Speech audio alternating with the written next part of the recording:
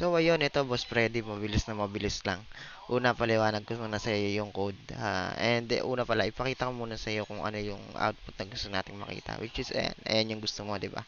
So, ang ginawa natin dyan, maraming ways para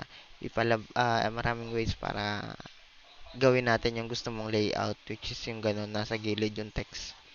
Isa lang to dun sa mga pwede mong gamitin. Ang ginawa natin dito, o syempre, naglagay tayo ng style tag para dun sa CSS natin. Nag-create tayo dito ng class, parent class natin, which is a container. And then sa loob ni container, meron dalawang div class pa tayo, which is yung image container na lalagyan ng image, and text container na lalagyan ng text. Ngayon, ang ginawa natin dito, yung parent container natin is ginawa natin siyang display flex. Ito, pwede mo siyang i-search sa Google kung para saan yung flex, pero more on grading system lang to na CSS din. Pero iba pa siya kay CSS grid. Justify content center, ginawa lang natin siyang center. And then yung align items, ito yung vertically, alam ko eh. Tapos ito yung horizontally, yung justify content. Then, sinet natin ng maximum 500 px yung ano natin, ah, yung mismong container para hanggang dyan lang siya. And then, ah, naglagay din tayo ng padding na 20 px and 100 px. Bakit dalawa lang to? Usually, apat yan eh.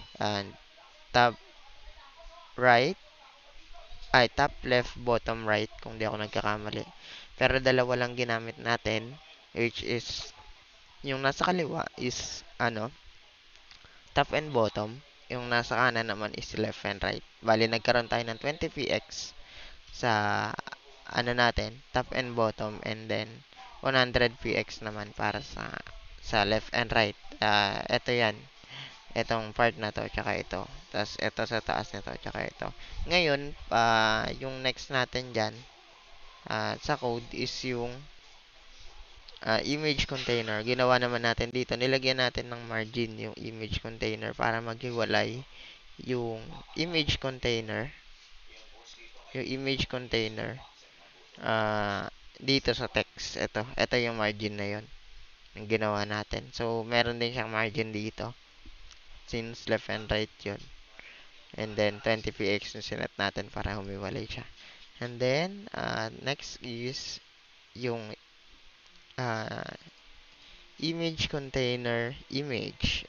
Since pag naglagay tayo dito, sinet na kay image container, hindi natin masaset yung size ng mismong image yan. Ang ginawa natin, kinuha natin yung image container class, yung parent class ng image, and then directly select natin yung image child niya or yung image tag sa loob ng image container. So, sinet natin yung max width niya to 800 px.